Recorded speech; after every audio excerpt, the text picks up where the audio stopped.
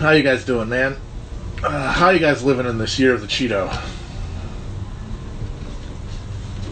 Animo Cheetone. Would that be it? Animo Cheetone? AC? The year of the Cheeto. The year of the Frito-Lay Cheeto product. Like we're in a goddamn David Foster Wallace book. And the thing is that you may make fun of Wallace all you want, but he got it. He knew it was coming more than anyone. He knew it was coming. He saw it. The year of the subsidized time. I mean, there's no figure in especially right around the turn of the millennium. There's no figure in science fiction or literary fiction that heralded Trump more than Johnny Gentle, famous crooner, the nonpartisan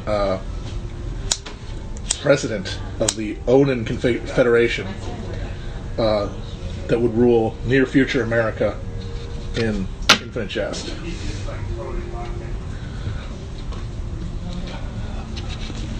The thing about people hating David Foster Wallace basically happened because guys have always I hate to sound too red pill here, but this is just a fact, is that there are certain strategies for attracting women that certain men adopt, and ones who aren't physically capable of doing so use their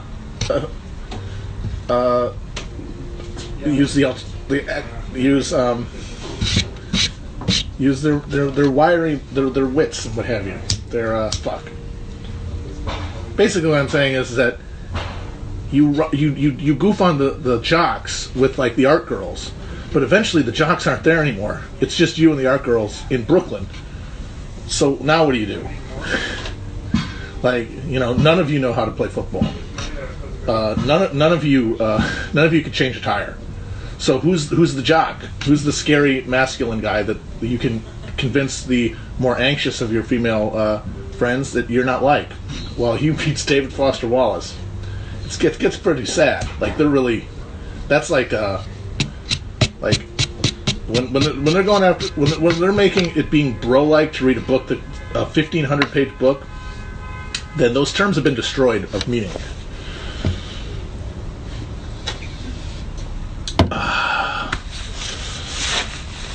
Those terms don't mean anything. If reading a 1,500-page book makes you a bro, then the bro doesn't mean anything. It's a totally relative term that's just used as a way to distinguish yourself.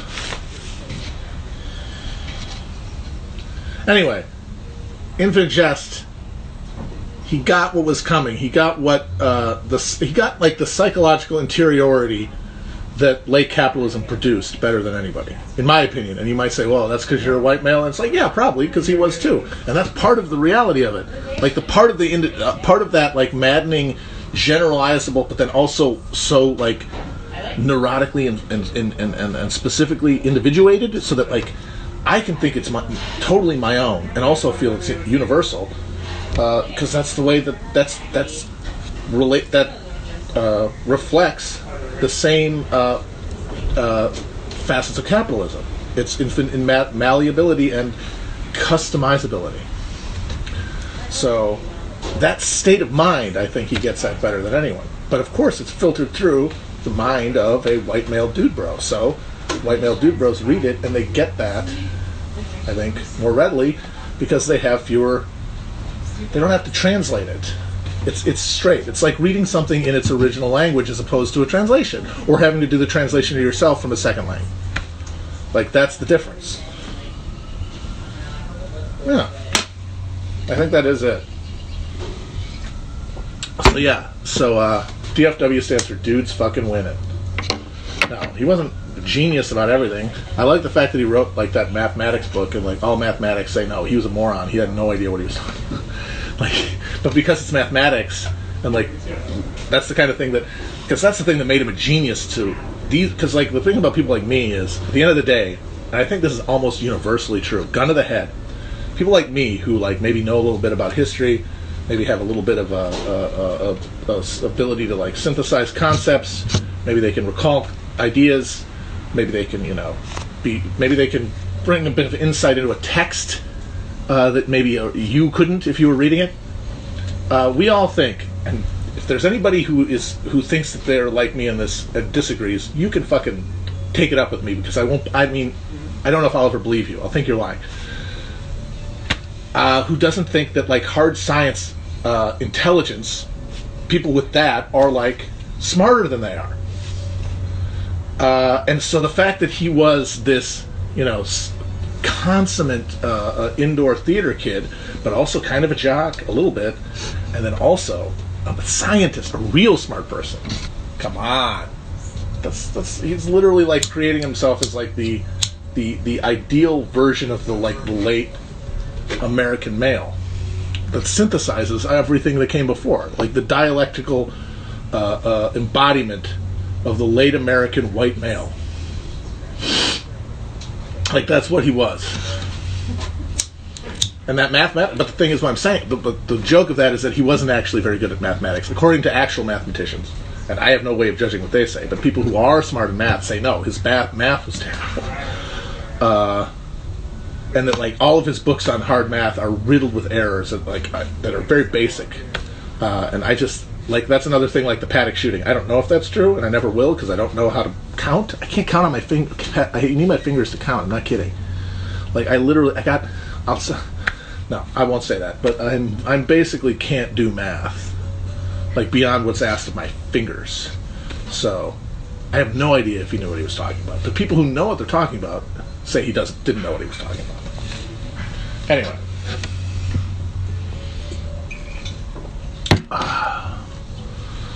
But anyway, that's why he was like, he was the full spectrum. He was the embodied man. He was the man in full. Hilariously, like, it's kind of funny that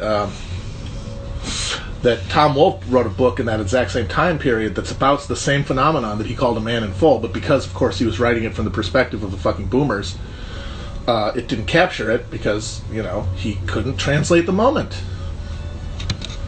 But you could have called him that. Like, a biography of him could have been called that.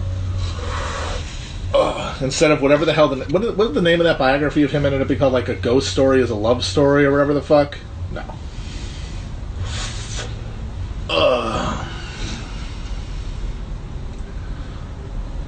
People were talking smack about me on the Tom Pynchon subreddit. What? What? Because I read it? Because I read Against the Day?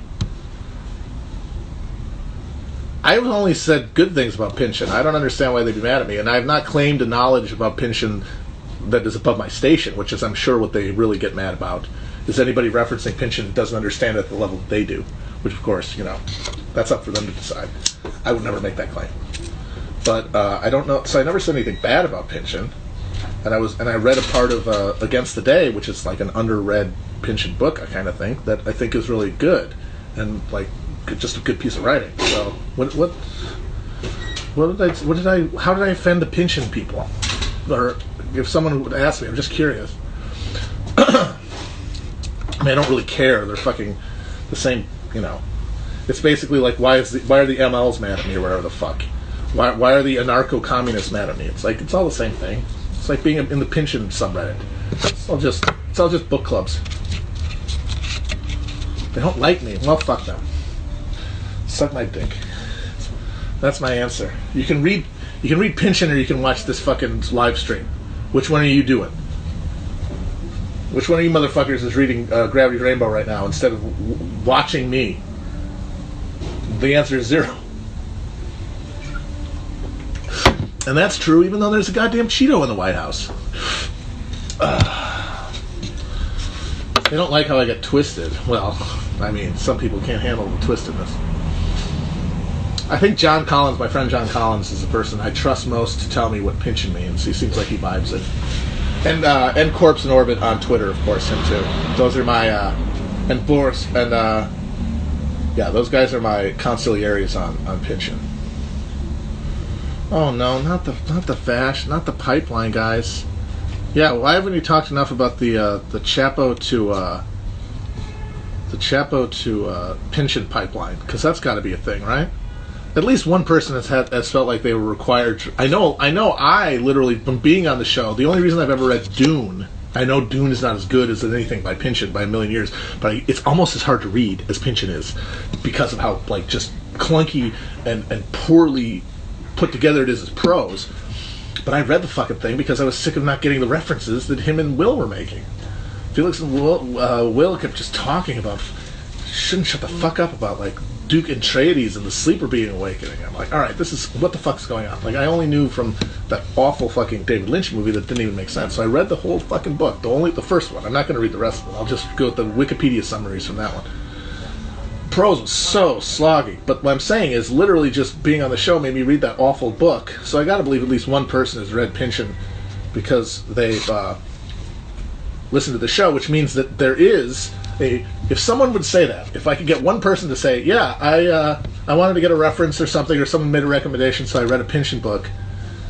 If someone says that, and they could like, even if you just had like a screenshot of a Pynchon book, that would be more of a real pipeline than the Chapo to Fash pipeline, which these people imagine exists and have never shown example. I don't want to dig this back up again because I mean, obviously, this was not a close contest. This is a destruction. There's no need to be ungentlemanly about it. But it is funny that if I had to, I would have an easier time making an empirical argument for the existence of a chap. There's certainly a chap.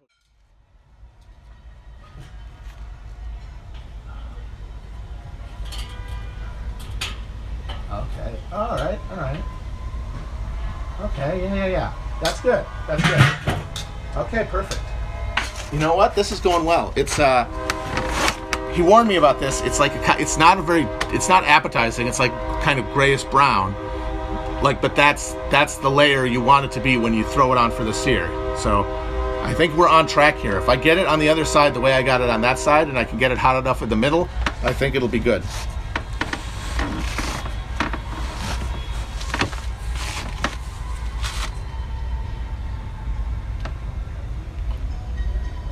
I don't know what the internal temperature is. I know I don't have a meat thermometer. Stop yelling at me. I don't have a thermometer, my friend. I'm doing beef because beef is like the lowest risk that I'm gonna die. Beef is generally the least likely to give me a fucking a bug or something.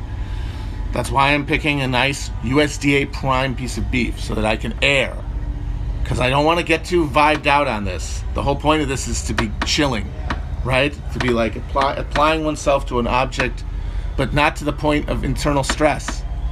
And if right now, like if I was without you guys, if you weren't on here, I would have one. But this is too many things for me to enjoy at any level, any of them. If I add a thermometer to this mix, it just throws off the equilibrium. So I can't do it. I understand your concern. But I'm trying to maintain that Zen posture, that balance of all forces. And that means you have to know what to drop. You have to know what you can lose. And in this case, because I'm gambling that a nice piece of this is really good too. This is like mail order shit. Is not going to have a parasite in it.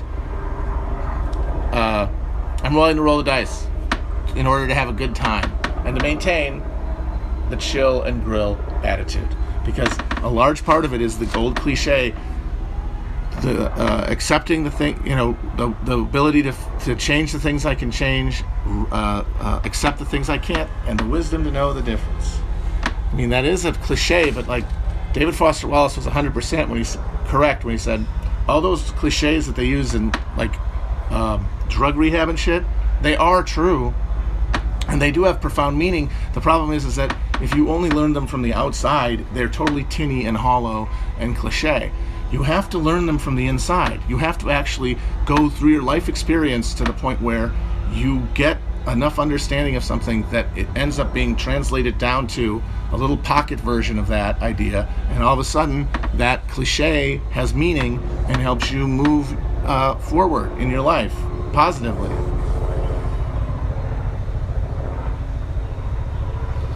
I'm not saying any of it is good. I know that 12-step is a scam and that Alcoholics Anonymous is just a Christian cult.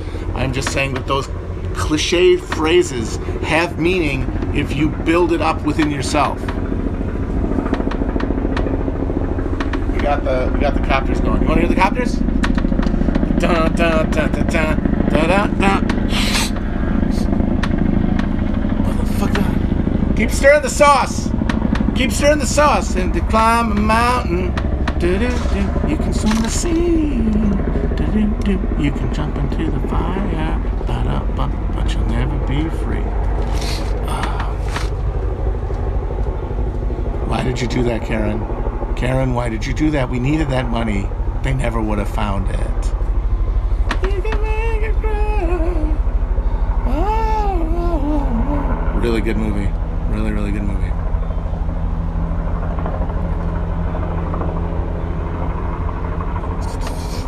Want to see helicopters? I'll always have to stand for Goodfellas. There's too much about it that I don't deeply respect to not give it the #1 spot.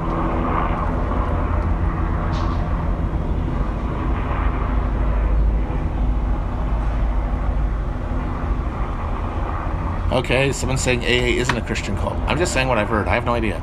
I'm saying I have no investment in these things being effective. Just that there's an observation to be made that really profound, life-changing truths are banal when expressed. That's all I'm saying. Like the real shit that moves you off of your ken and sets you on a new course, when it comes out of you, it comes out in flat cliches. Because if everyone else understood it the way you did, they would all be like that.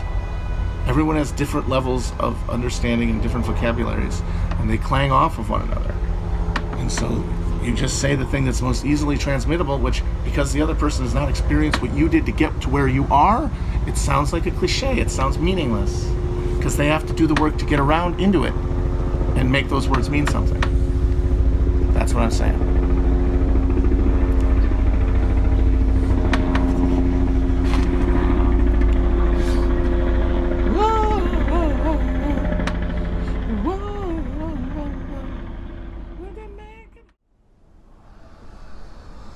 And it's that thing of like the value, the because there is a genuine, the promises of capitalism are not entirely hollow. Like privacy is an actual thing that has use and value and something that people need to be able to negotiate the pressures of dealing with other people.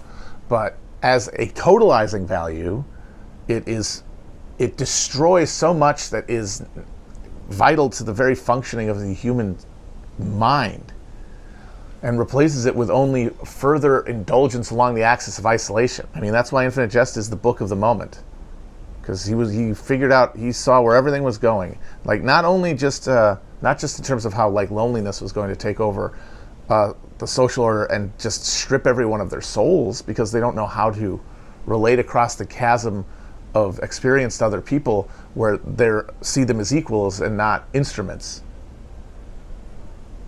And the terrifying isolation caused by viewing all people like that. But he also predicted Skype and I believe Instacart and a bunch of shit. And his president, Johnny Gentle, famous crooner, is closer than any 90s dystopian vision of the president ever written. There is one exception. There's only one other thing that I think there's one other president idea, like for a future 90s sci-fi thing, that is, in my opinion, the most perfect for future casting imaginable. So Robocop has a sequel. Robocop has 2 sequels. Less said about the third one, the better. It's not even R-rated. Directed, I believe, by Frank Miller, or he wrote the second one. I don't know if he directed the third one. Anyway, dog shit. Doesn't even have Peter Weller. It's got that Canadian guy. It literally had a Canadian, non-union Canadian equivalent of Robocop. Phobocop, more like it. Zing. That's right, I said it. I called him Phobocop. Okay, Irvin Kershner, the same guy who did Empire Strikes Back. And you know what? It's not quite as, well, the thing is, it's not as good as Empire Strikes Back, but it's definitely better than its reputation. And a lot of it's the fun of it is it's actually about like the making of a sequel. And the best sequence in that movie is when they show all of the attempts to make another Robocop and they fail because like the guy shows up and he just starts shooting the doctors and then blows his brains out, and one guy pulls his helmet off, revealing his screaming skull, and then dies. Just the way that like the artist, the human, revolts against the idea of a cash-based sequel. But even with all that, but with that kind of mindset, it's a good movie.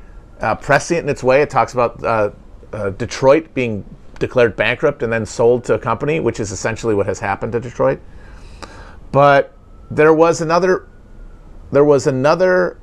screenplay for Robocop 2, not by Frank Miller, but by the writer of the first Robocop, Ed Neumeyer. And they never ended up using it. And I have read it. It's online. You can find it. It's not good. I will say that. I mean, it's always hard with scripts, especially scripts that didn't get made, to imagine them in your head, but there's a lot in it that does not work.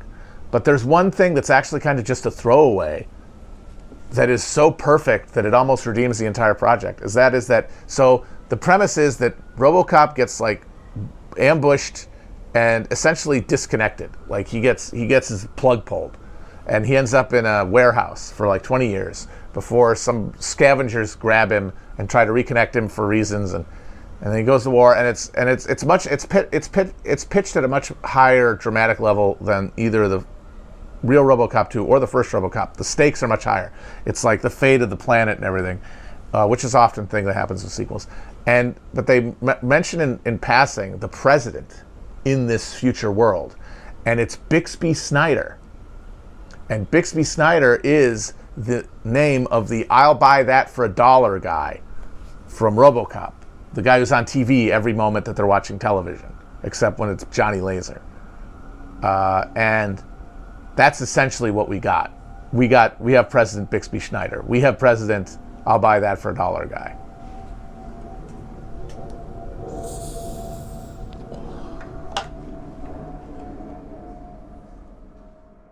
Project I have, but I have an answer for your question of where all that anima goes in the Joe Biden administration, that cultural fervor that we've built ourselves into arguing over the president.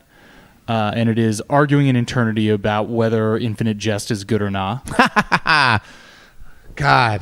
It's eternal recurrence on Twitter. If you don't believe in eternal recurrence, just spend a year on Twitter and note how many times the same arguments, the exact same contours come up over and over again. It's like they're fucking volcanoes. They build up, they have to burst forth.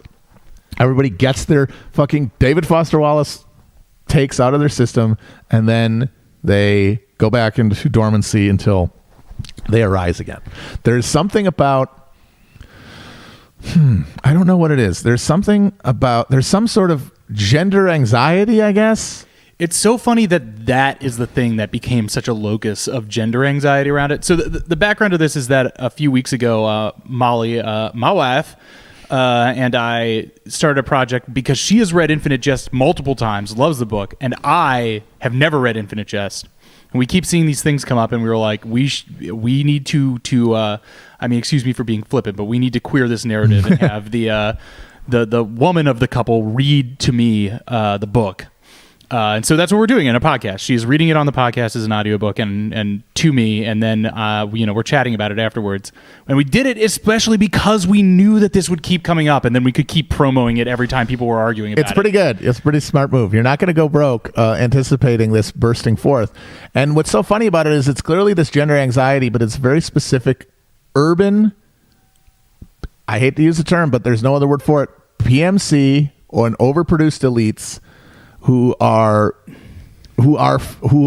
live in like this post-feminist world where they're supposed to be, encountering one another romantically on equal level, but there is this lack of trust and this anxiety about like maleness as this toxic set of traits.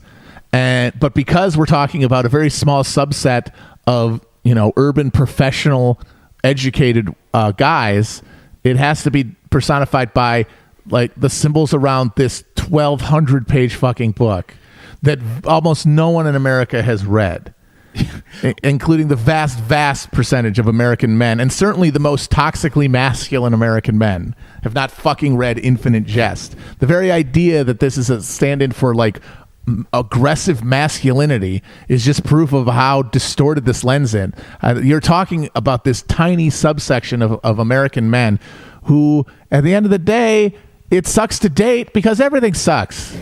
Everyone's miserable. Everything sucks. Nobody has any money. Nobody has any security. And we just project these anxieties about the other that then wrap around these absurd fucking shibboleths. But anyway, I've actually read the book, and it's good. I'm enjoying it so far. Sorry to trigger you, but it's good. We're only 42 pages in. It's going to probably take It's gonna 200 take several episodes, 2-ish years to get done. You'll finish the project broadcasting from like a fucking ham radio in a climate refugee camp. Yeah, and we will still continue it. It's called Infinite Cast, soundcloud.com/infinite-cast. Yeah. Sorry to promo on the No, please do so. I hope I know that's very gauche. So in a year and a half, when you get to the eschaton scene, I would like to come on because that's my favorite. So I'll pivot to this. Book. Matt, what's your favorite Jacob Wool scheme of all time? I mean, the thing where he had the guy come out and talk about how he got sexually dominated by Elizabeth Warren. Yeah, that's the clear answer. That's what I was going to say. That's pretty funny. The guy couldn't even not laugh. That's really funny. He was like literally laughing while he read it. I actually saw, when we saw him in, somebody's asking for my Steely Dan opinion. I do not have one. All I know about Steely Dan, named after a sex toy that's in Naked Lunch, originally had Chevy Chase as the drummer before he left, presumably because nobody could stand him because he's one of the least appealing men on earth, that they're known for very beautifully and richly textured studio productions. They're sort of the opposite of the Grateful Dead in that regard. And that they have very lyrics that are, according to some, profound and incredibly clever and brilliant, Sondheimian, and others, pretentious. As to the actual music, I don't know. Don't care, haven't really listened to it. Is Dirty Work Steely Dan? Because that is a great song. All right, well, that helps. I didn't know that was Steely Dan. Reeling in the Years is them too, right? I hate that song.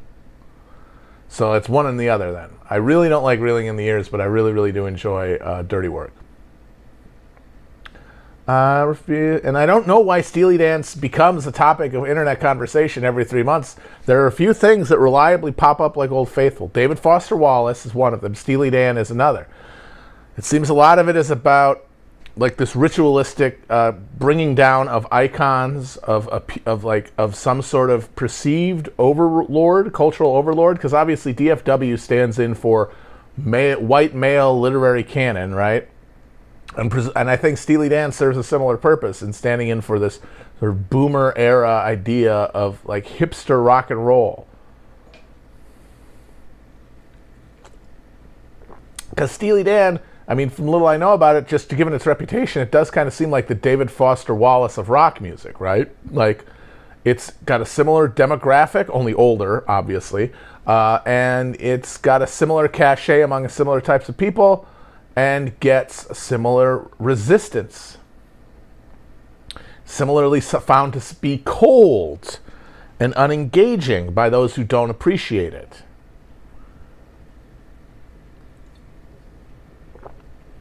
Yeah, I have really realized the thing about like hating Steely Dan is about hating. It's like hating DFW is hating your boyfriend, and hating Steely Dan is hating your dad. So if you're online doing the discourse of bringing one of them down, that is the direction of your ire. So I guess that's how you can chart the lunar cycle, is when the boyfriends are getting a little annoying, it's time to remind them how much you hate DFW and the literary bros. And then whenever you're thinking back on your, withholding or distant or in some way unsatisfying father figure, time to drop Steely Dan. And then, of course, Radiohead. Well, yeah, no, Radiohead is the direct, like, your brother's band, but they don't get the ritualized hate that Steely Dan does, because it's for a different generation of dudes that they're mad at.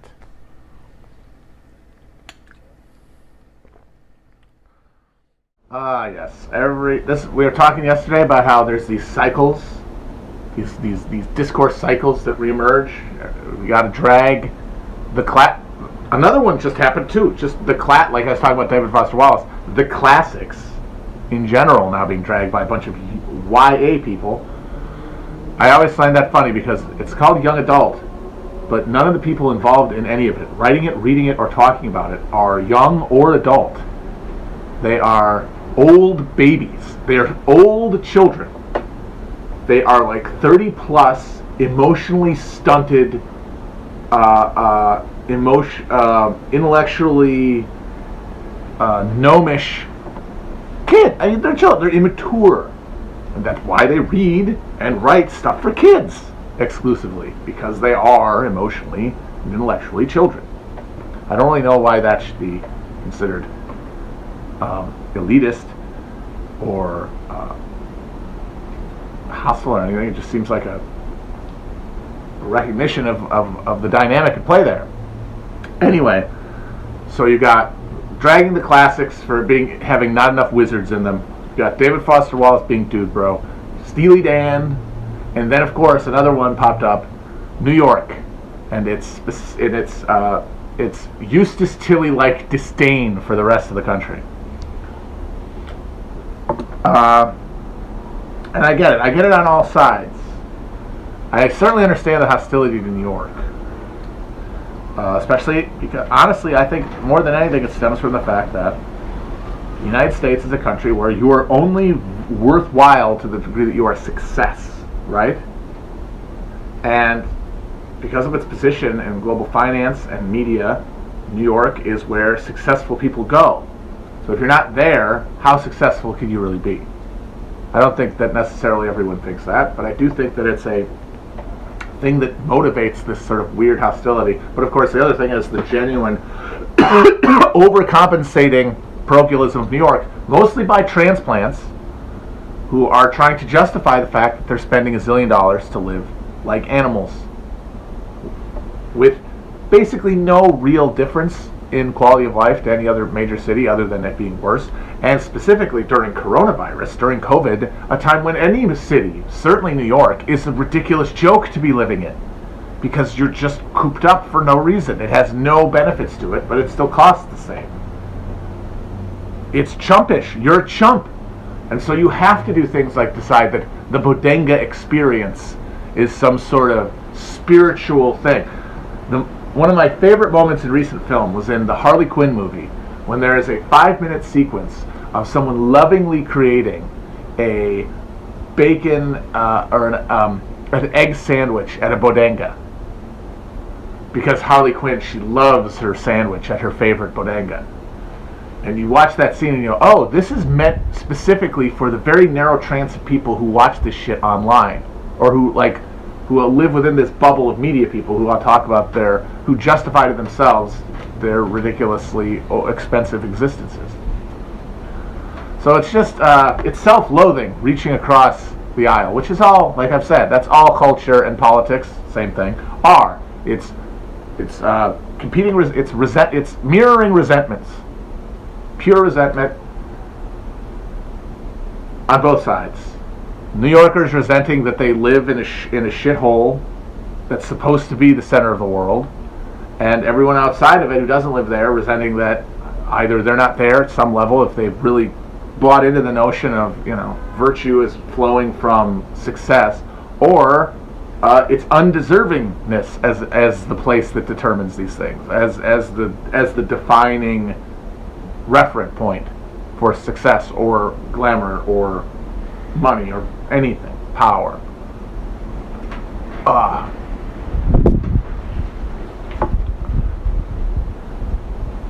And so that's what you're always end up seeing with these things, is one concentration of resentment burbles forth. Like that person who did the viral tweet about what do you people call it, where you can get all these things at 1 a.m. She lives in New York under a pandemic. It's a misery. But there's the bodega, which you yokels don't have. Or if you do, it's not the same. That's just my resentment of people living somewhere else. And then it hit the resentment of people who are sick of New York for one reason or another. And they resent its status one way or the other. They think it's undeserved, or they think it's deserved, and then it's just a reflected self-loathing for not having attained it. And then they get to fight each other over it. It's great. It's a lot of fun. We're all having fun. We're all having a lot of fun, and that's the important thing.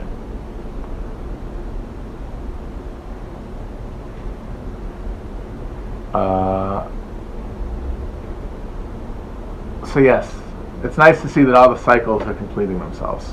Everything is continuing to go. Nothing is ever learned. Nothing has ever changed. The cast of characters shifts a little bit, but largely through just people washing out of the cycle, not really not transcending it.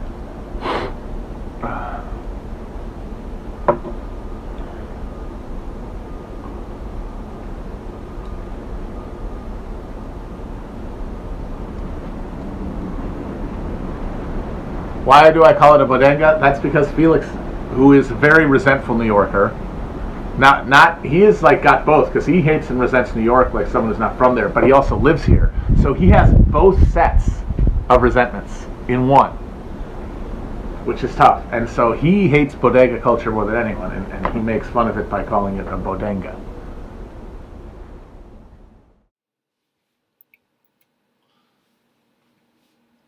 I thought about this today. I was thinking about how one of the real problems, one of the real difficulties in trying to create a cultural force around like explicit left social critique, left politics, is that because we have replaced our individual social lives with this sort of transcendent public space that includes like the entire country in some respect, some percentage or another, even though it's of course wildly distorted to be urban and like young and professional. Like that's the demographic of the people who are doing most of this tweeting, the people who make up the culture of it. That's because that's who generates the bulk of consumption of all culture, is the more well off, one way or the other, and the younger of the two. Like if you want to break down demographics as those two axes, younger and wealthier, that is who is traditionally the audience for entertainment. Now, that entertainment used to be largely the product of a centralized professional process. Hollywood movies, television networks, then cable, that kind of stuff. Books published by authors, things that people watched, read, engaged with, newspapers, magazines. Now, thanks to changes in technology, thanks to change in social relationships, we live in a time when a big chunk of that media space, that entertainment space, has been replaced by us watching each other. Us using technology, social media specifically, to watch each other. And the thing about that is a much cheaper for capital investment, because you don't have to actually produce anything. You just have to perform. You just have to create the platform. So for like Silicon Valley, this is perfect. Like they don't have to worry about creating an infrastructure. That's old-fashioned. That's the Fordist economy. We can't afford that anymore, LOL. We cannot afford the Fordist model. We cannot afford labor peace. We have to maximally exploit labor. We have to minimize costs. Because the background to all of this, rate of profit is declining. So they're going to and so we're going to spend more time. And we also, of course, all of us because we're getting more self-absorbed, because there's nobody else to care about, because we spend all our time alone. Of course we only want to see ourselves. We don't know anybody else. We can't feel confident and comfortable around anybody else. Everybody else becomes less real. In a fundamental way, they become less real to us. We take over that reality. We take over that place that used to be for other people that you spent time with.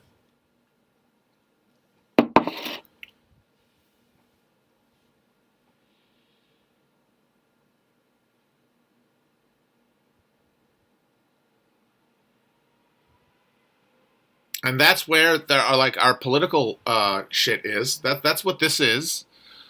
That's what all politics media is. It's part of this new form of entertainment. It is a genre of entertainment. It is not any kind of countercultural object outside of capitalism that can challenge it meaningfully.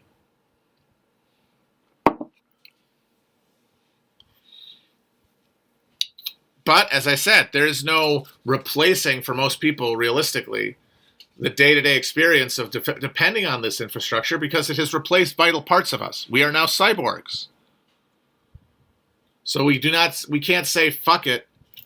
We can't say just indulge with it, because that's the entertainment. That is the fucking thing, that's the DVD that David Foster Wallace predicted. And he was just a little too old to get it right, because he didn't have the imagination for it, because the internet hadn't emerged yet. He did that in the mid-90s. People thought the internet was going to be virtual reality, for fuck's sake. In Infinite Jest, if anyone's read it, there is this DVD, basically, that if you watch it, it's so entertaining you will die. You will not do anything else. You will just waste away watching it. And it's used as a terror weapon by these Quebec separatists. And we've created that. It's the internet. We have created a way to amuse ourselves to death. It's the internet. But one of the consequences of us getting to a point where something like the entertainment is possible means that we have given over a significant percentage of our souls, in that parts of ourselves that form our identity, from the internet, because we spend so much time there. And even if we all decide tomorrow to stop, we have spent so much time there. That time spent there doesn't just go off. You're not just wasting it. You are reinforcing emotional relationships.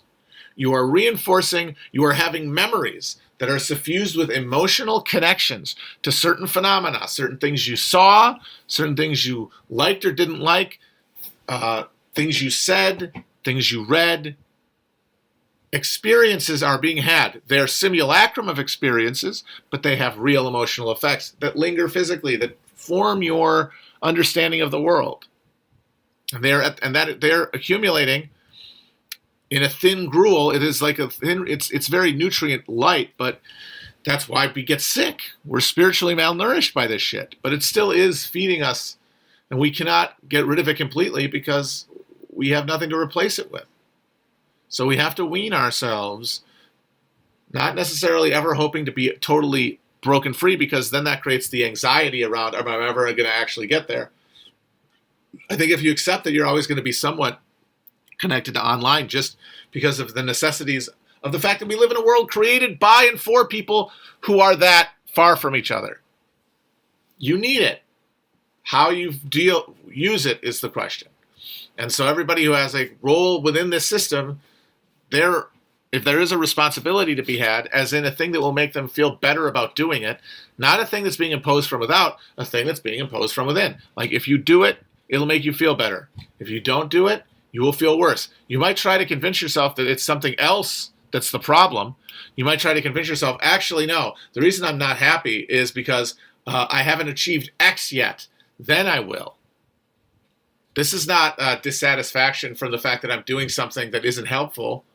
This is instead just the discontent of not getting a fulfillment of my final perfect state, such as being totally taken away or totally detached from the internet. A totalizing state, an eschaton. You can try, but you need to be replacing as you wean. And that means you have to search yourself. As you break free, if you're not feeling satisfied, where does the dissatisfaction really come from? Realizing that if anything is formulated around the internet, any emotional connections there, any level where that is providing you with an excuse for why you don't feel good, then you can examine and sort of detach and look under a microscope at where that's coming from, and then hopefully neutralize the thing that's pulling you away from your instincts about what you should be doing. Like, that's the thing.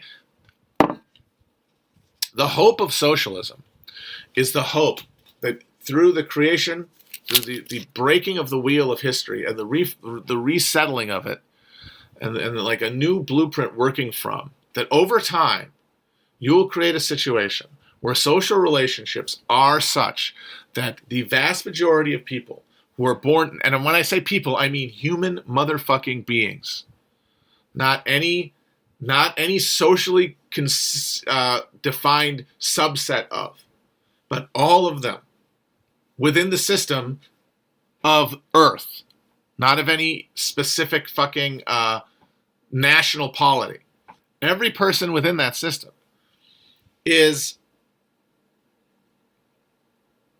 self-policed to a large extent by a commitment to that system because it benefits them. They feel the benefit.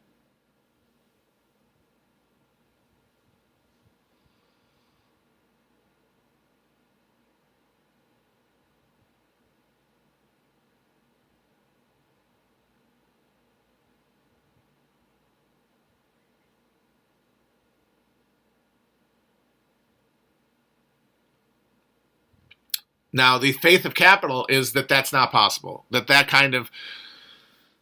sort of social relationship is unattainable because of the metaphysical reality of human separation. That you can't create a social order that runs on belief in itself. Now, we know for a fact that's not true, though, from human civilization. We know that there are bonds that can transcend the self, sufficient to police a group of people, and sometimes a significant number of them. But it's conflict with other people that generates the disruption of that. Only once you get past the point of there being other people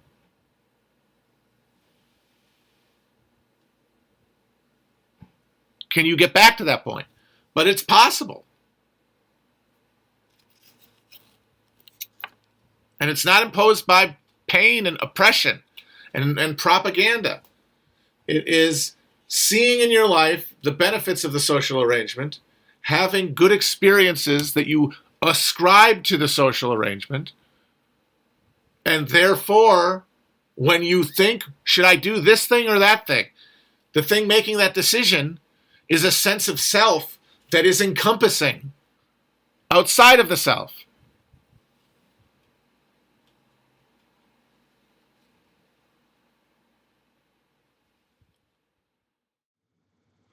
I think the way to stop being angry all the time is to try. It's very cheesy to say, but like a lot of it comes down to just, oh God, this is so embarrassing.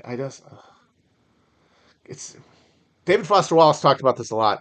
It's very frustrating to try to do the work of like dissecting the modern mind and like our places in it, because as soon as you get out of analysis mode and into uh, like suggested things to do because of that, you are left. The only things that like can actually mean anything are cliches, are the most obvious, dumbass, meaningless things that people say to each other in like AA. You know, the power of now or whatever the fuck. You're left with that because the answers to these questions are individual. It is our responsibility to just be open to the possibility of them. That's all we can ask in the moment to moment. because the specific encounter that's going to shape your future is going to be a specific encounter. Unless you're an actual precog, you cannot tell somebody what specific time they have to keep their eyes open. So you might as well keep your eyes open the whole time.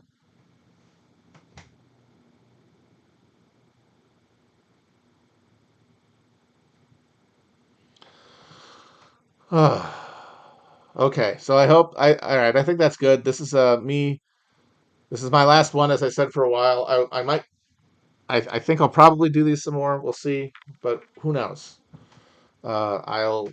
Maybe I'll keep unwinding so that this feeling gets better rather than worse. Maybe I will find that things were actually worse than I thought they were in some way that I'm suppressing, like bodily, and that, nope, sorry, you actually were just like talking yourself out of like a very near term encounter with physical apotheosis. uh, I don't know. That's why I won't make predictions. All I can say is I I see you on the other side, one way or the other. Peace.